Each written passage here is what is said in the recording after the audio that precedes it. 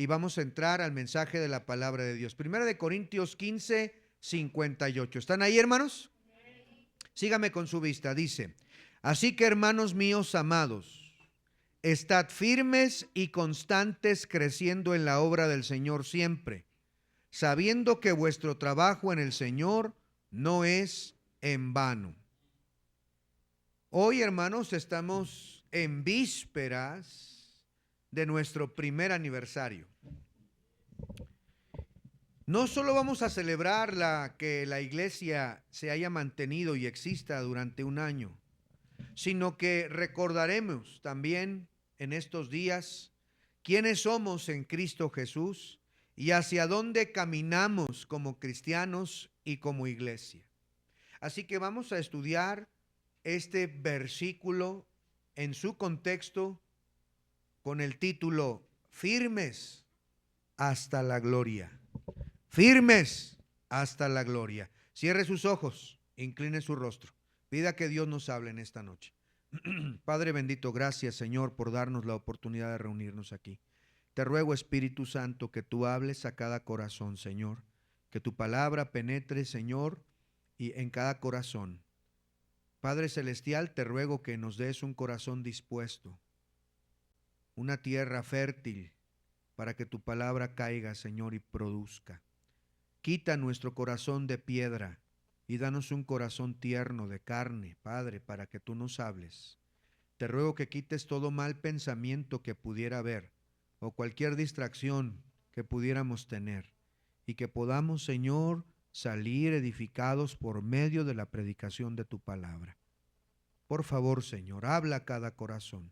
Te pido por nuestros niños también, que tú les hables a través de la enseñanza que van a recibir.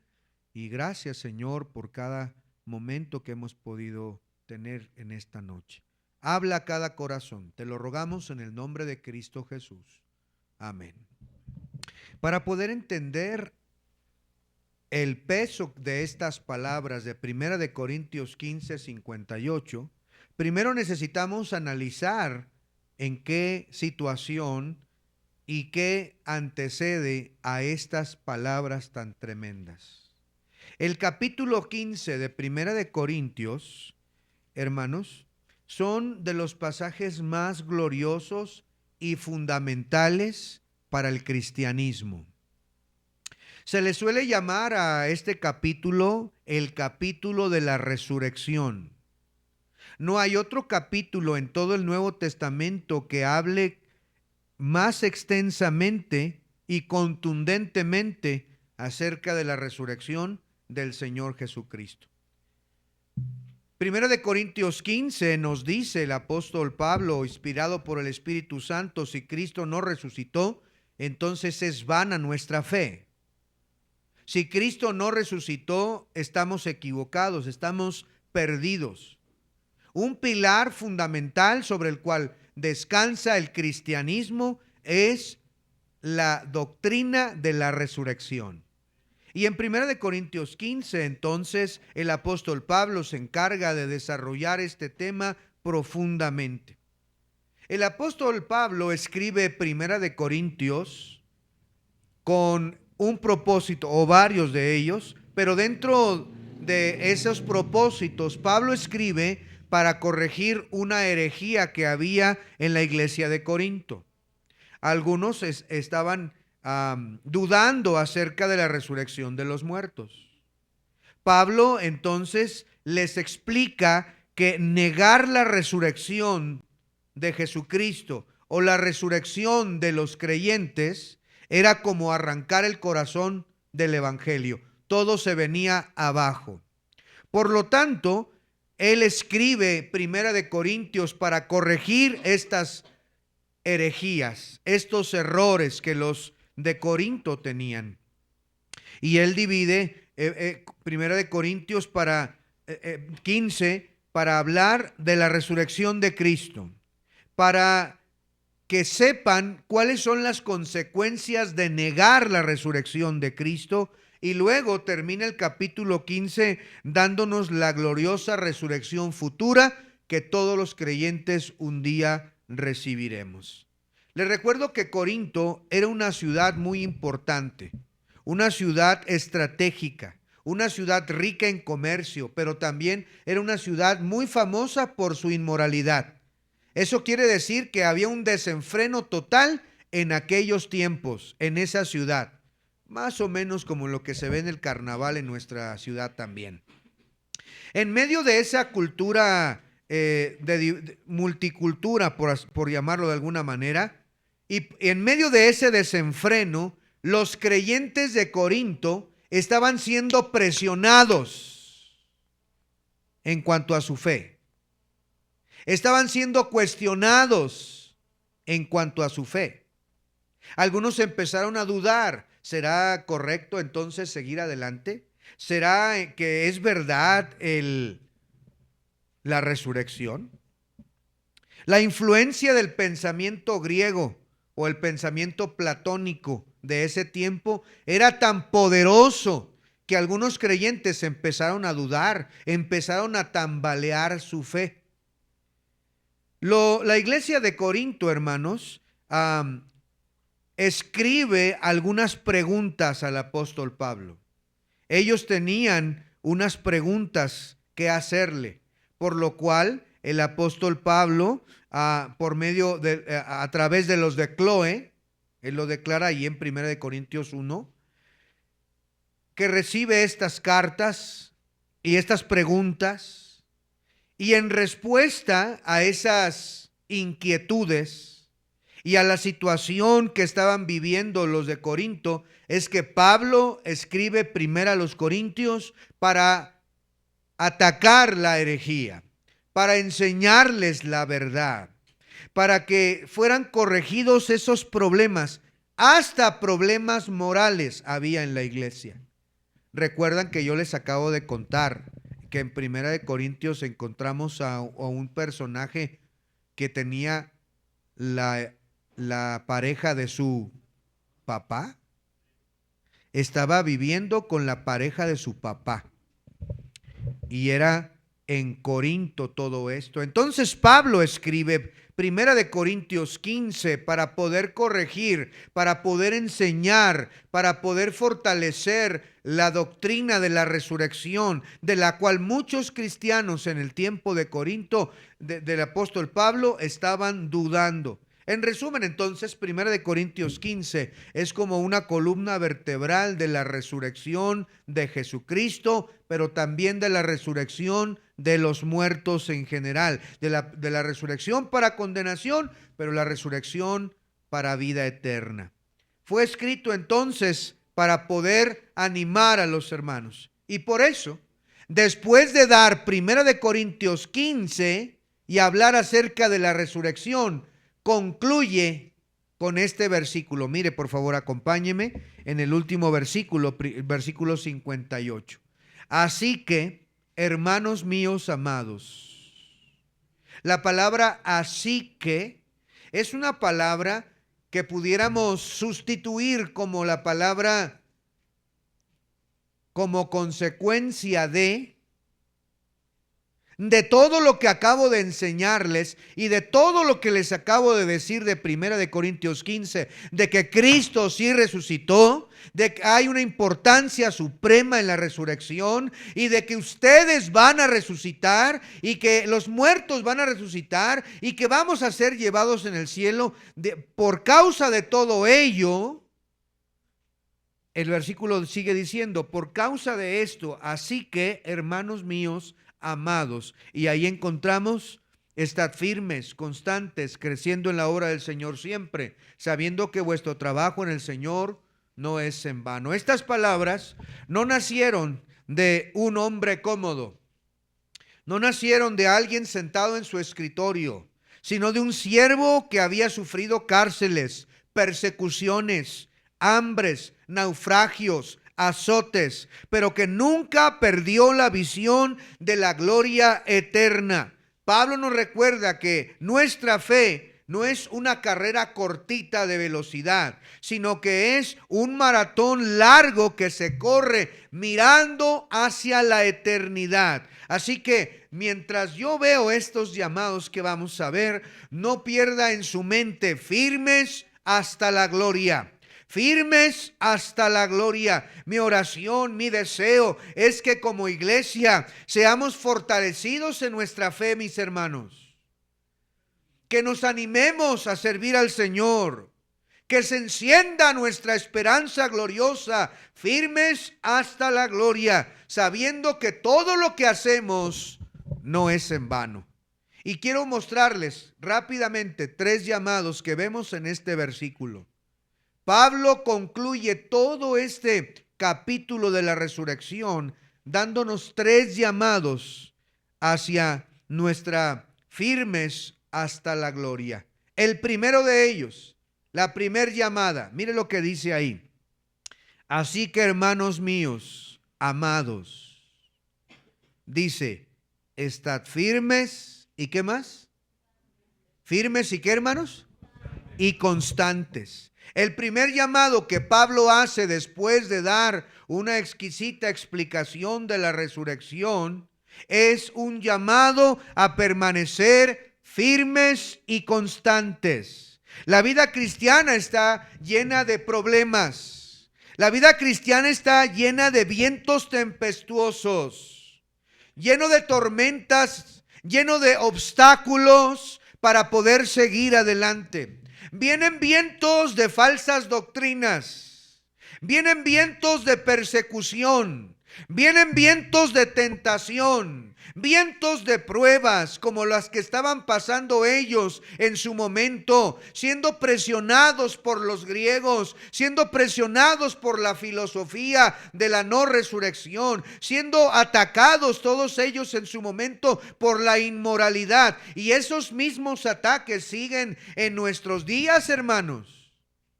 En las calles de Cuenca, en nuestros hogares, que tenemos gente que a lo mejor no viene a la iglesia, eso viene durísimo. Y Pablo nos hace un llamado, el Señor nos hace un llamado para entenderlo. Y este llamado es a permanecer firmes, a permanecer constantes. Pablo dice, si es verdad, te están atacando, es verdad, hay una gran presión en toda la sociedad de Corinto, hay una gran inmoralidad. Yo sé, los ciudadanos romanos que habitan ahí los presionan, no quieren a Cristo, pero mis hermanos, Cristo resucitó y por esa causa estén firmes. No cedan ante las tentaciones, no cedan ante las pruebas, no flaqueen. Pablo les dice, necesitan estar firmes. El llamado hoy para nosotros es a la firmeza, a la convicción inamovible de que estamos en el verdadero, en Jesucristo nuestro Señor. Que no vamos a retroceder a pesar de que haya duras pruebas, duras luchas. Les recuerdo lo que la Biblia dice: permaneced fundados y firmes en la fe, sin moveros en la esperanza del Evangelio. Porque para que ya no seamos niños fluctuantes llevados por todo viento de doctrina, dice Efesios, que mantengamos firme y sin fluctuar la profesión de nuestra esperanza, porque fiel es el que lo prometió. El primer llamado que encontramos aquí es a ser firmes, a no regresar, a no dar pasos hacia atrás, a no regresar al fango de la ignorancia de donde salimos, a la idolatría perversa que hay, a la inmoralidad donde Dios nos rescató. Firmes. Así que, amados hermanos míos, estad firmes. ¿Qué ejemplo es Daniel capítulo 3? Vaya a sus Biblias rápidamente, por favor. Qué ejemplo tan maravilloso encontramos en estos jóvenes. Daniel capítulo 3, no lo vamos a leer todo porque no tenemos tiempo, hermanos, pero en Daniel capítulo 3 usted puede leer la historia en su casa y darse cuenta, hermanos, que los sátrapas, magistrados, capitanes, los oidores, tesoreros, consejeros, jueces, todos los gobernadores de las provincias le dedicaron una estatua al rey Nabucodonosor que él había levantado, y él quería que se pregonara con música, con bocinas, y cuando se escuchara la música, todos deberían de postrarse ante la estatua de Nabucodonosor. Era ley. Y había una consecuencia gravísima. Si usted no lo hacía, iba a ser arrojado en un horno de fuego ardiente. ¿Qué haríamos? ¿Qué haría usted si hoy se promulgara una ley, ahora que van a ser la constituyente, que se prohibiera leer la Biblia, se prohibiera asistir a la iglesia cristiana, se prohibiera orar a cualquier otro Dios? ¿Qué haría usted? No, yo quiero salvar mi vida, prefiero negar mi fe, dirían algunos. Pero mire lo que hicieron ellos, los tres, estos hombres de Dios. Versículo 12, por favor, acompáñeme ahí. Daniel 3:12. Hay unos varones judíos, los cuales pusiste sobre los negocios de la provincia de Babilonia, Sadrach, Mesach y Abednego. Estos varones, oh rey, no te han respetado, no adoran tus dioses, ni adoran la estatua de oro que has levantado. Entonces Nabucodonosor dijo con ira y con enojo que le trajesen a Sadrach, Mesach y Abednego. Al instante fueron traídos estos varones delante del rey. Imagínese la escena. No los traen, yo creo, con buenas palabras, ni con buenos modos. Vienen forzadamente, violentamente. El rey está muy molesto porque se ha dado una ley, una orden, y ellos no se han postrado delante de la estatua de oro. Y ahora vienen a la Cámara Real para ser cuestionados y para darles una segunda oportunidad. ¿Estás dispuesto a adorar mi estatua de oro? Y te perdono la vida. ¿Qué dices? Pero mire la respuesta de estos varones. Versículo número 16. Después que Nabucodonosor les amenaza, si no adoran mi estatua, los voy a echar al horno de fuego. ¿Y qué Dios va a ser el que los salve? Versículo 16. Sadrach, Mesach y Abednego respondieron al rey Nabucodonosor diciendo: no es necesario que te respondamos sobre este asunto. He aquí nuestro Dios a quien servimos puede librarnos del horno de fuego ardiendo, y de tu mano, oh rey, nos librará. Y si no, sepas, oh rey, que no serviremos a tus dioses, ni tampoco adoraremos la estatua que has levantado. En este instante, estos personajes, Sadrach, Mesach y Abednego, delante del rey, delante de los gobernantes, delante de las autoridades, delante de los soldados, mantuvieron su fe firme. Aunque había la vida de por medio, en ese momento su respuesta fue: no vamos a adorar. Nuestro Dios nos puede librar, Él es el Todopoderoso. Pero si no nos libra, de todos modos no vamos a adorar tu imagen. Las consecuencias las conocemos. Nabucodonosor hizo calentar 7 veces más el horno para aventarlos adentro, y Dios los libró maravillosamente. Mire lo que dice la Biblia, hermanos, en el versículo número 27. Y se juntaron los sátrapas, los gobernadores, los capitanes, los consejeros del rey, para mirar a estos varones, como el fuego no había tenido poder alguno sobre sus cuerpos, ni aun el cabello de sus cabezas se había quemado, sus ropas estaban intactas, y ni siquiera olor de fuego tenían. Dios obró un maravilloso milagro. Él lo puede hacer, claro que sí, pero si no, ellos estuvieron dispuestos a dar la vida por causa de su fe. Manténgase firme. Estamos, hermanos, hablando acerca de los llamados que Pablo hace al final de 1 Corintios 15. Y este llamado es a permanecer firme, a no ceder, a no retroceder. La historia cuenta de 40 soldados romanos que se habían convertido al cristianismo, mientras que César les mandó a adorarle y adorar a sus dioses. A lo cual estos soldados respondieron: tenemos un verdadero rey y no podemos adorar a otro. Van a perder sus privilegios militares si no adoran. Que así sea, dijeron ellos.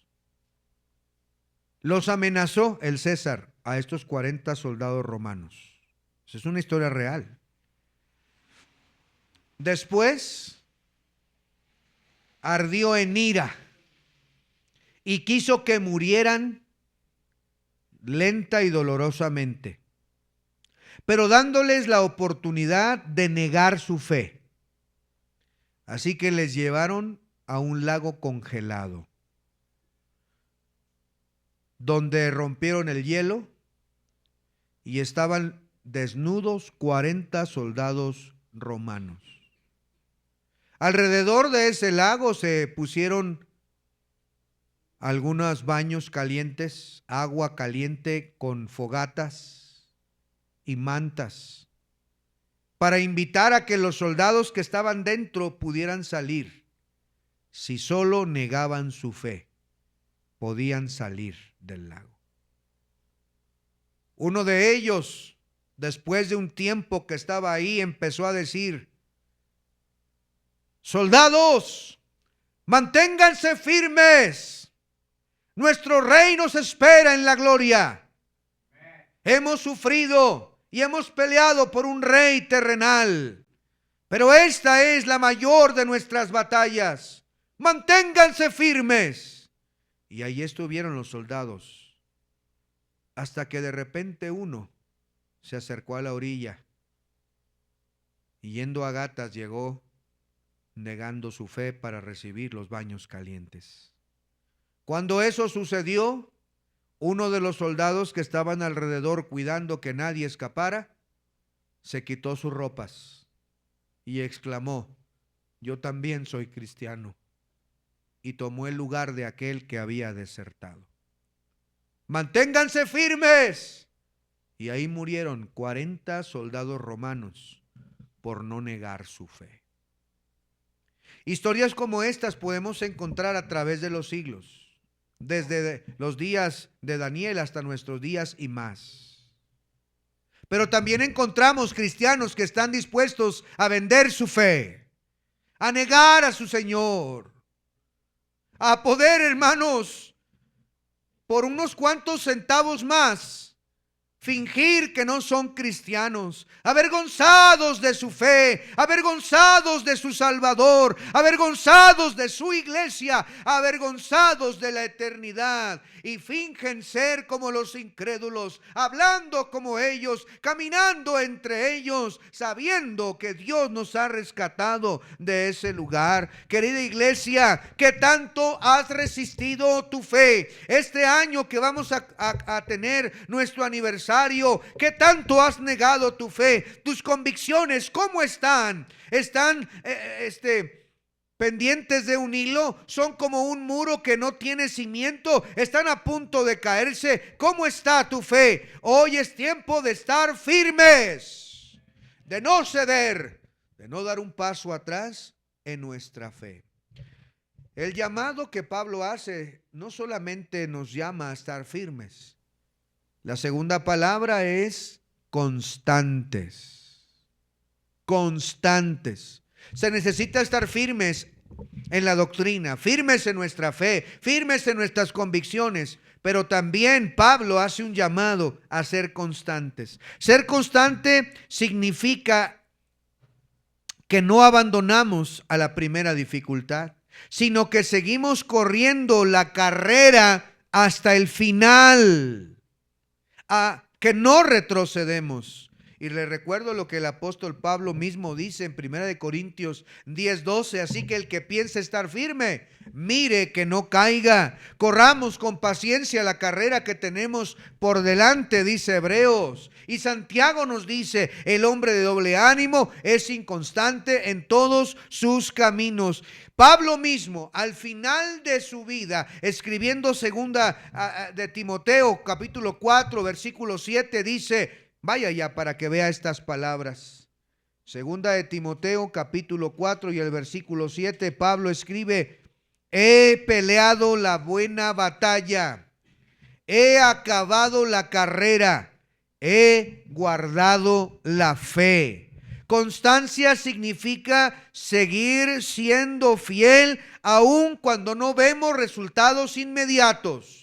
Seguir siendo fiel, ser constante significa orar aunque parezca que Dios no me escucha. Ser constante significa seguir sirviendo aunque no me reconozcan. Seguir sirviendo aunque no vea mucho resultado. Constancia significa prolongar nuestra vida, nuestro servicio, nuestras decisiones.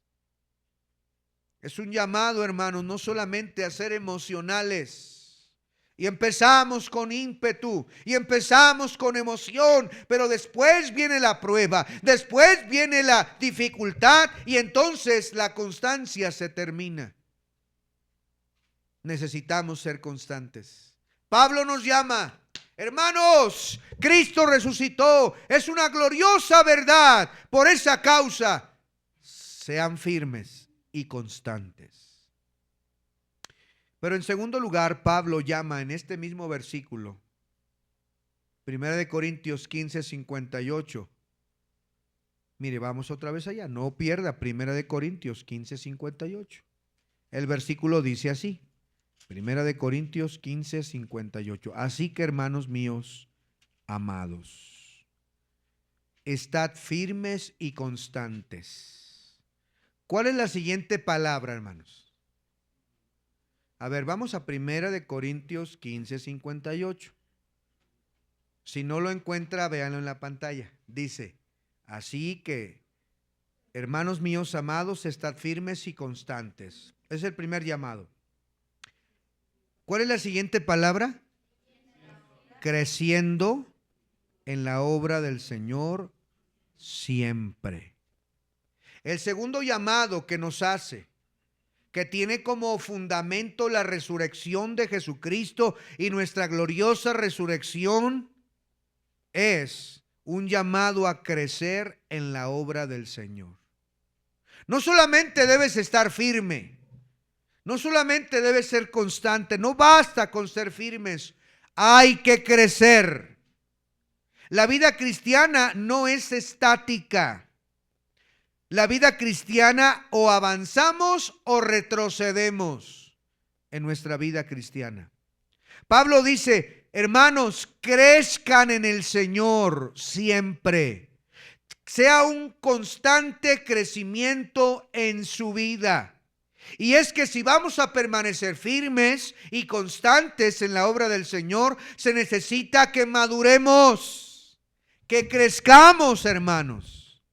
Y no hay manera de crecer si no se alimenta de la palabra de Dios.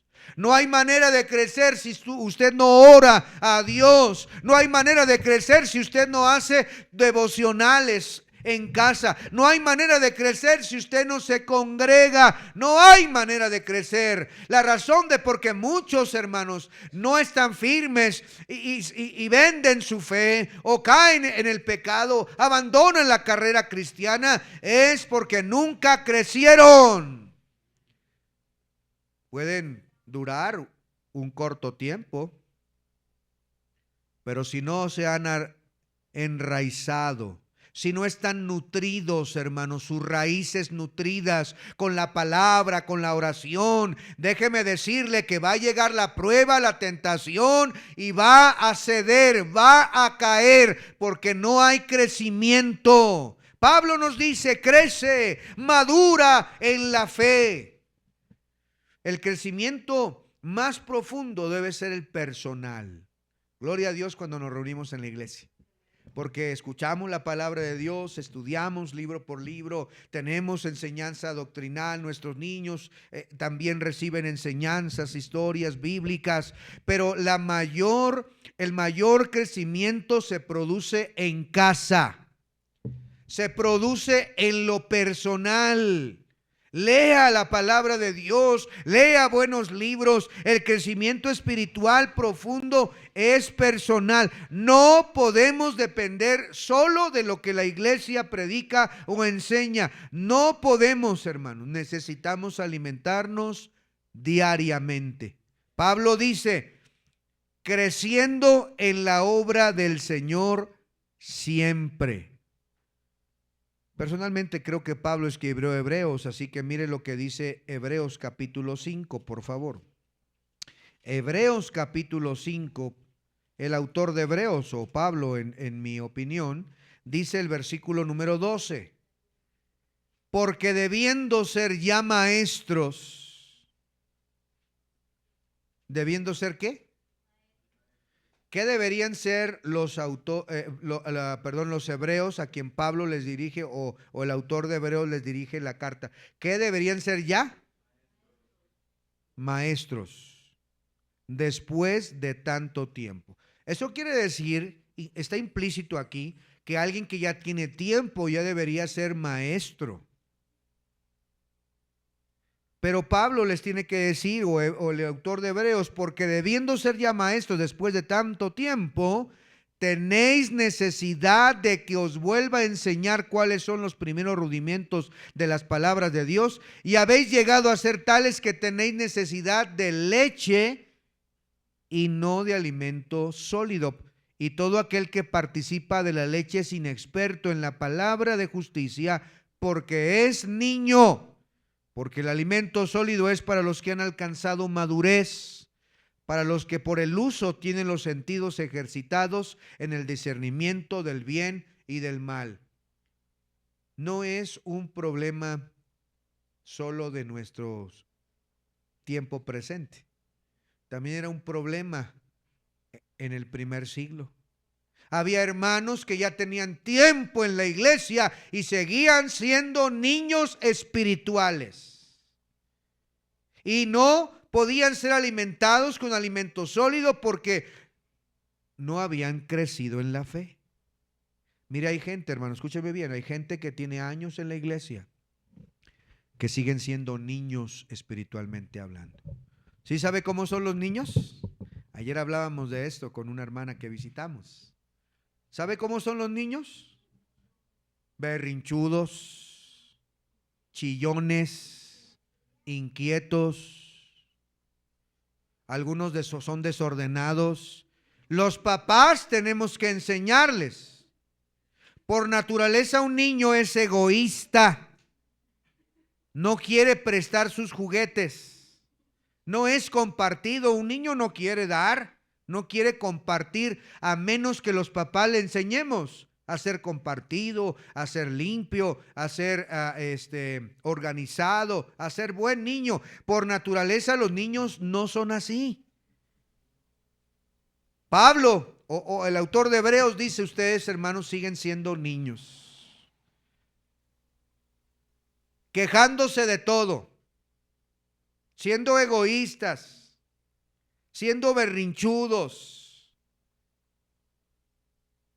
Pablo una y otra vez les anima, ya deberían de crecer, y es lo mismo que yo quiero decirles en esta noche. El llamado que se nos hace no solamente es a permanecer firme y constante, es a crecer, crezca, madure.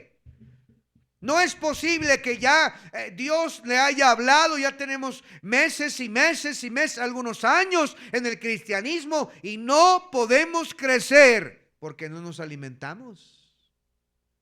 Por eso es que no crecemos. El apóstol Pedro dice en 2 de Pedro 3:18, antes bien, creced en la gracia y el conocimiento de nuestro Señor y Salvador Jesucristo. Crezcan. Es un mandato de Dios. Crecer en la fe. No podemos seguir viviendo con la fe infantil del año pasado. Dios quiere que maduremos. que maduremos en conocimiento de la palabra, que maduremos en la oración, que maduremos en carácter, que maduremos en amor para con Él. ¿Está usted creciendo? ¿Se alimenta usted de la palabra de Dios? ¿O nada más viene porque pues, me traen? Porque me traen, vengo. Si no, no viniera yo. Preferiría estar viendo allá mi celularzote, acostadote, que estar en la iglesia. Sí, yo sí. Pero gloria a Dios por aquellos que han crecido, que han madurado, que ahora saben que es su deber venir a un encuentro con el Señor a la iglesia. No solamente debemos de crecer de manera personal, también debemos de crecer en nuestro servicio en la iglesia. No todos podemos predicar, no todos podemos manejar, pero hay un lugar en el que usted puede servir. Todos deberíamos servir a Dios. Como que no les gustó eso, ¿verdad? Todos deberíamos servir a Dios. Todos, hermanos. No hay un solo cristiano que se diga ser cristiano que no debería servir a Dios. Todos deberíamos hacerlo. Mire lo que dice Primera de Pedro, el capítulo 4, el versículo 10. Primera de Pedro 4:10. Dice la Biblia ahí. Primera de Pedro 4, versículo número 10. Cada uno, según el don que ha recibido, otra vez, si no lo encontró, véanlo en la pantalla. Cada uno, no dice algunos sí o algunos no. Dice cada uno. ¿Eso le incluye a usted? Hábleme, mi iglesia, ¿sí o no? Eso le incluye a usted. Cada uno es todos. Cada uno, según el don que ha recibido, ministrelo a otros como buenos administradores de la multiforme gracia de Dios. Cuando recibimos a Cristo, recibimos dones. Recibimos, hermanos, el don que Dios le dio para utilizarlo en la iglesia. Deberíamos servirnos unos a otros por amor. Según la actividad propia de cada miembro, recibe su crecimiento. La iglesia es el lugar donde debemos servir al Señor. ¿Sirve usted a Dios? Oh, hermanos, cuánta necesidad tenemos. Y no solo en esta iglesia, en muchas. Qué bendición sería como en el Antiguo Testamento, cuando Moisés y aquellos hombres de Dios, ya no traigan más, ya estamos llenos. Pero en nuestros días siempre tenemos carencia de gente que quiera servir al Señor. Deberíamos de crecer, deberíamos avanzar en nuestro crecimiento. Nuestro servicio a Dios importa. El que canta, el que limpia, el que cocina, el que maneja, el que ayuda, el que organiza, todos somos importantes. Querido hermano, usted es importante en la obra del Señor. Crezca en su servicio hacia el Señor. Amén, hermanos. No se trata solo de ser servidos. Se trata de servir. Se trata de servir a otros. Jesucristo el Señor vino por otros. Él no vino para ser servido. Él vino para servir y para dar su vida por muchos. En último lugar, tenemos el tercer llamado. El primer llamado, dije, es un llamado a permanecer firmes y constantes. El segundo llamado es a servir a crecer en el Señor siempre, a crecer en nuestra vida personal y crecer en nuestro servicio para Dios. Y por último, el tercer llamado que Pablo hace, vuelva otra vez a 1 Corintios capítulo 15 y el versículo 58. Mire cómo termina diciendo este versículo de la Biblia. 1 Corintios 15, 58. Así que, hermanos míos amados, estad firmes y constantes, creciendo en la obra del Señor siempre. Y concluye el versículo y este hermoso capítulo diciendo, sabiendo que vuestro trabajo en el Señor no es en vano. El tercer llamado que encontramos aquí es un llamado a confiar en la recompensa del Señor. Pablo concluye diciendo: tienes que saber, tienes que recordar que lo que haces no es en vano. El permanecer firme en tu fe no es en vano. El ser constante no es en vano. Las luchas y batallas que tienes que soportar para seguir el camino de Cristo no es en vano. Las noches que tienes que llorar tal vez por lo que te sucede por causa de tu fe no es en vano. Cristo ve cada lágrima. Cristo ve cada situación que tenemos que hacer para permanecer firmes, para seguir sirviendo al Señor. Cada esfuerzo que haces, a veces venimos sin comer, sin dormir bien, a veces venimos cansados para ir a la iglesia. Todo eso el Señor lo ve y no es en vano. Mire lo que dice la Biblia en Hebreos capítulo 6. Hebreos capítulo 6. El versículo número 10, por favor. Hebreos 6:10, yo lo voy leyendo. Mire lo que dice la palabra. Dice: porque Dios no es injusto para olvidar vuestra obra y vuestro trabajo de amor que habéis mostrado. ¿Hacia quién? Hacia su nombre, habiendo servido a los santos y sirviéndoles aún. Aquí dice: oh, Dios no es injusto para olvidar. Él no ha olvidado lo que has hecho por Él. Él no ha olvidado cómo es que has dado tu vida, tu tiempo, tu talento, tu esfuerzo para Él. Él no ha olvidado. Y déjeme decirle, Pablo termina diciendo aquí: no te puedes cansar de hacer el bien. Dios no es injusto. Dios va a traer la recompensa. No ha terminado esto. No han llegado a la eternidad. Cuando lleguemos allá, escucharemos palabras maravillosas. Bien, buen siervo y fiel. Qué maravillosas palabras escucharemos. Dios no es injusto.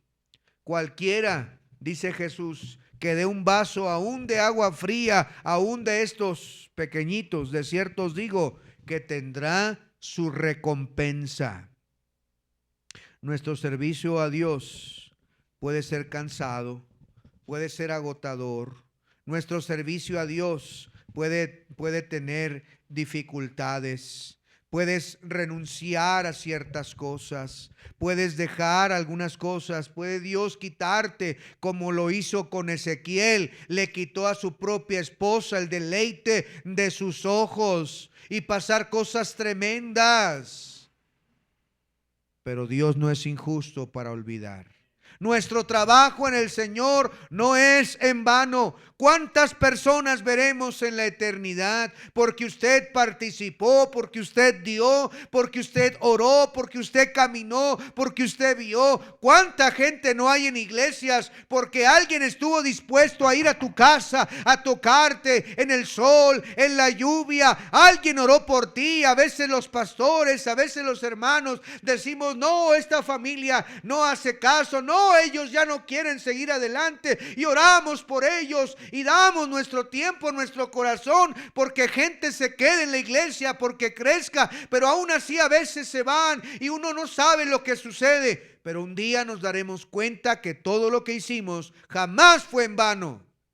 Hay muchas historias que pudiéramos contar de gente que fue ganada para Cristo, pero que tiempo después jamás se supo de ellos hasta después. ¿Cómo olvidar, hermanos, esa historia que a mí me impactó de una familia que invitaban a la iglesia y no venía, y no venía, y no venía. Trajeron al pastor de la iglesia para que hablara con sus vecinos. El pastor fue, les habló de Cristo, pero nunca quisieron. Los vecinos se mudaron de ciudad y nunca más supo el vecino de ellos. Pasaron los años. El pastor fue invitado a predicar a aquella ciudad, en aquel lugar, a una conferencia. El pastor estaba predicando. Pasaron varios años. Cuando terminó la conferencia, una noche se acerca un hombre y le pregunta: pastor, ¿no se acuerda de mí? No, hermano, disculpa, no te recuerdo. ¿De dónde te conozco? Yo vivía allá. Se llama Gómez Palacio. Yo vivía en Gómez Palacio. ¿No se acuerda que fue a mi casa? La verdad, no. Tenía un vecino que siempre me insistía y me invitaba y me hablaba. A mí me gustaban las cervezotas.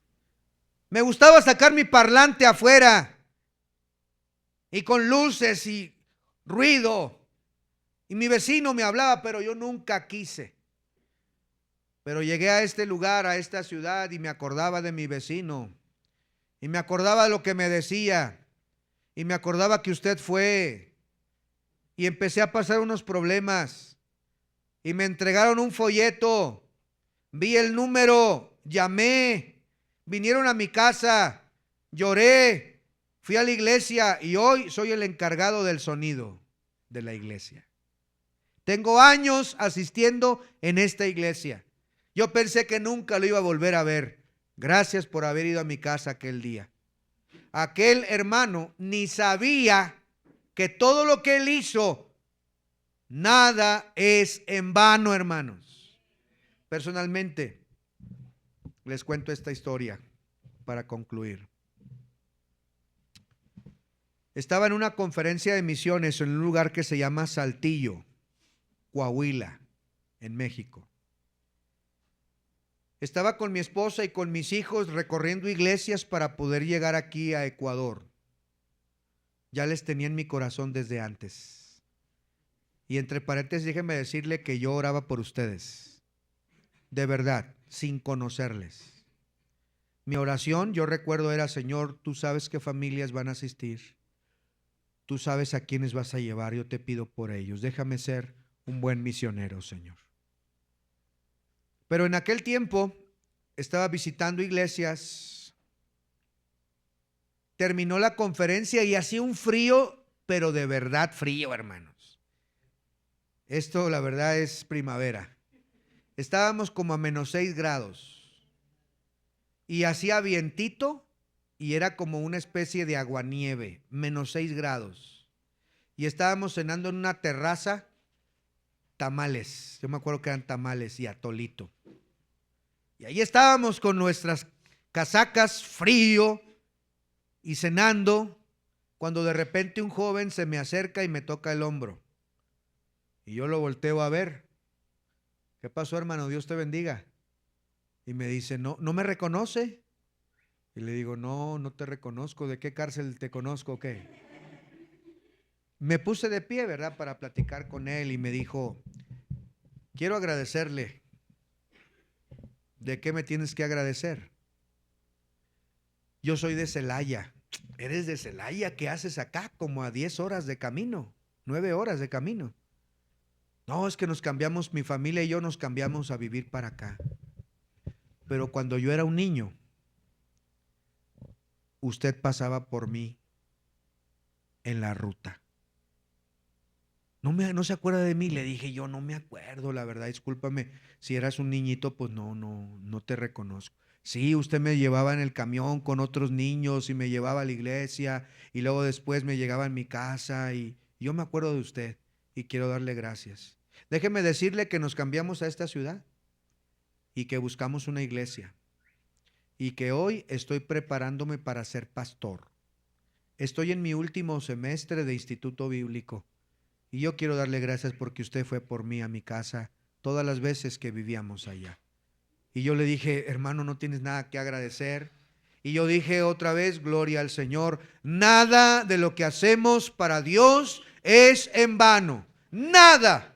Un día lo veremos en la eternidad. Nos daremos cuenta que lo que realmente importa es lo que hacemos para Dios. Almas rescatadas del infierno, vidas edificadas, vidas sacadas de alcohol, drogas, de una vida horrible por caminar con Cristo. Nada de lo que dejamos, aunque dejamos nuestro país, aunque dejamos nuestra familia, aunque dejamos nuestra cultura, aunque no enterraremos a padre y a madre, porque amamos al Señor y a ustedes, nada es en vano. Un día recibiremos recompensas en la eternidad. Un llamado a estar firmes, un llamado a crecer y un llamado a recordar que no es en vano. Manténgase firme, siga adelante. Iglesia, no nos detengamos. No permita que nada le detenga en su vida cristiana, que nada le haga retroceder, aunque le fallen, aunque el pastor le ofenda o le falle, o su familia o cualquier cristiano. Cristo nunca te ha fallado, nunca te fallará, siempre estará a tu lado, siempre te ayudará, siempre te sacará adelante, estará contigo cuando te abandonen los hombres. No te canses, un día estaremos con Él. Dios no olvida nada. Firmes hasta la gloria. Firmes hasta la gloria. Vamos a orar. Mi Dios, gracias. Porque, Señor, estamos a punto de cumplir un año.